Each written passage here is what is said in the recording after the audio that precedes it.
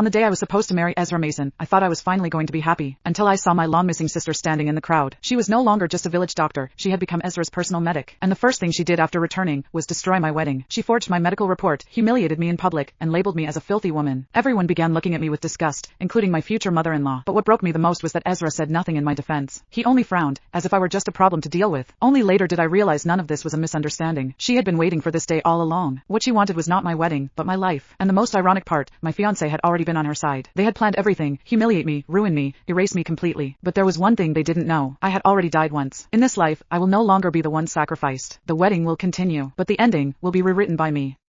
My sister was the village doctor, specializing in fertility treatments. She always said she worried I'd end up married to some lousy man and spend my life lonely. So every time I started seeing someone, she'd cling to him like a parasite. After she'd slept with them, she'd show up at my door still wearing the evidence. I tested him out for you. No consideration at all. I told him to stop and he wouldn't let me go. You definitely don't want a man like that. I broke down every single time. Eventually, I cut her off completely and moved away. Then I met Ezra Mason, the youngest captain at the military outpost. Steady, sharp, handsome. On our wedding day, the outpost cafeteria hosted a banquet. But there in the crowd, I spotted my sister. She'd reinvented herself as Ezra's personal medic, attending my wedding as part of his detail. Sweet little sister, you have to let me test him for you first. I wouldn't feel right letting you marry a man I haven't checked. She drugged me unconscious and slipped into the bridal suite in the dark. I woke up, brought people, and burst through the door. The commotion shook the entire village and the outpost. She was hauled away on the spot as a criminal who tried to wreck a marriage, sentenced right then and there. On our son's first birthday, Ezra said he had a surprise for me. Instead, he led me into an abandoned minefield. The moment the ordnance detonated underfoot, I dropped to my knees, sobbing, begging him to at least get our child out. Ezra just watched me, his face empty of anything human. Denise only wanted to give herself to me before the wedding, something to remember her by. But you turned her into a criminal. She was sentenced to death. When she died, she was carrying my child. You and this bastard deserve to die for what you did to her and our baby. That was the moment I understood. He had been in love with my sister all along. My son and I were blown apart. There wasn't enough left of us to piece together. When I opened my eyes again, I was back on the day my sister appeared at my wedding. A slap cracked across my face.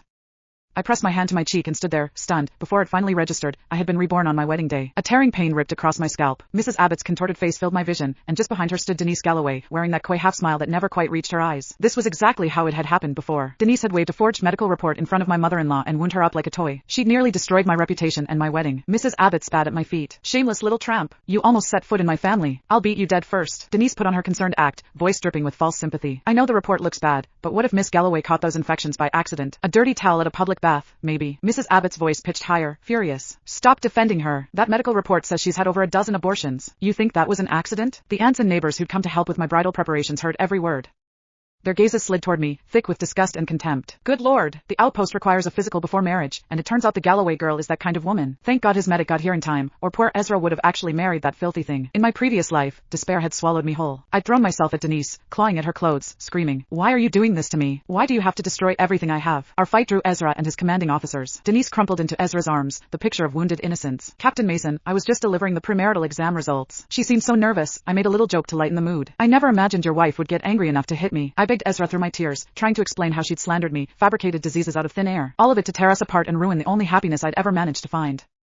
Denise just blinked those wide eyes of hers, her voice dripping with hurt. I never said that. I said you had a little cold. You must have misheard me. It's all just a misunderstanding. Besides, I don't even know you. Why would I want to ruin your happiness? If anything, I hope Ezra finds all the happiness in the world. I tried to pull Mrs. Abbott and the other older relatives over to back me up, but Ezra cut me off, his tone measured and dismissive. Sheila, enough. It was a joke. Denise is our unit's medic. If you keep making a scene, you're embarrassing all of us. My eyes burned as I looked at his commanding officer's stony face and Ezra's exasperated expression. In the end, for the sake of his reputation and his career, I swallowed every last drop of humiliation. But not this time. Never again. I shoved Mrs. Abbott aside, wound my arm back, and slapped Denise across the face with everything I had. She stumbled and fell to the ground, staring up at me in open-mouthed shock. Her shriek turned every head in the room. Just like in my previous life, Ezra came striding over with his commanding officer close behind. Denise's eyes reddened instantly. She scrambled to her feet and lunged toward Ezra's arms. But I moved first. I ripped the veil from my head and hurled it to the ground. Ezra Mason, if your wedding gift to me is letting your medic spread lies that I'm diseased, then this wedding is off. Ezra stared at me, stunned. Sheila, what are you talking about? What lies? He turned to Denise with a furrowed brow, though his voice stayed gentle. What happened? Walk us through it. How did this misunderstanding start? If you did something wrong, just apologize properly. And if Sheila's the one who made a mistake, I'll have her apologize to you. Don't worry. Denise's dewy eyes shimmered, and she parted her lips to speak. I cut her off with a cold laugh and turned directly to the commanding officer. Sir, I don't know how your medical staff are trained, but apparently they're free to mock people at will and tell them they're sick. If this was sanctioned by you or by Ezra, then please cancel our marriage application. I refuse to marry a man who doesn't respect me. I unpinned the corsage from my chest, the one that marked me as the bride, dropped it on the floor, and turned to leave. Sheila. Ezra closed the distance in 2 strides and grabbed my arm. His eyes were tight with panic. I had no idea she'd joke around with you like that. She's a little too friendly, doesn't know where the line is. I'll apologize on her behalf, but you can't just throw around words like calling off the wedding. Do you understand what that means? Both units sent their leadership here today to celebrate with us. If you throw a fit right now, it'll. A bitter laugh echoed inside my chest. Ezra was the youngest captain at the outpost. If everything went smoothly, he was on track for a promotion this year. A happy marriage and a devoted spouse were points in his favor. No matter how much he loved Denise, he would never let her destroy his image in front of his superiors. In my last life, I loved him.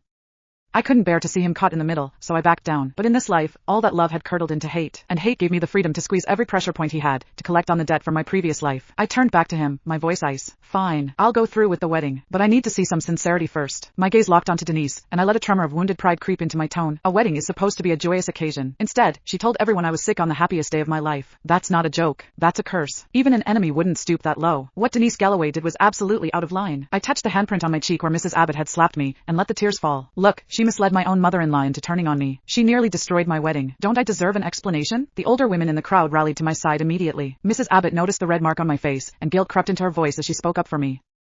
She's right. It was all Denise Galloway running her mouth, making me turn on my own daughter-in-law. She owes us an explanation. Only then did Ezra notice the handprint on my cheek. Something flickered in his eyes. Concern, maybe. But the moment I mentioned making Denise pay, that concern dissolved into hesitation. I looked past him and turned directly to the commanding officers. They responded without delay. Denise Galloway is demoted. 1 month of community labor. The corner of my mouth curled.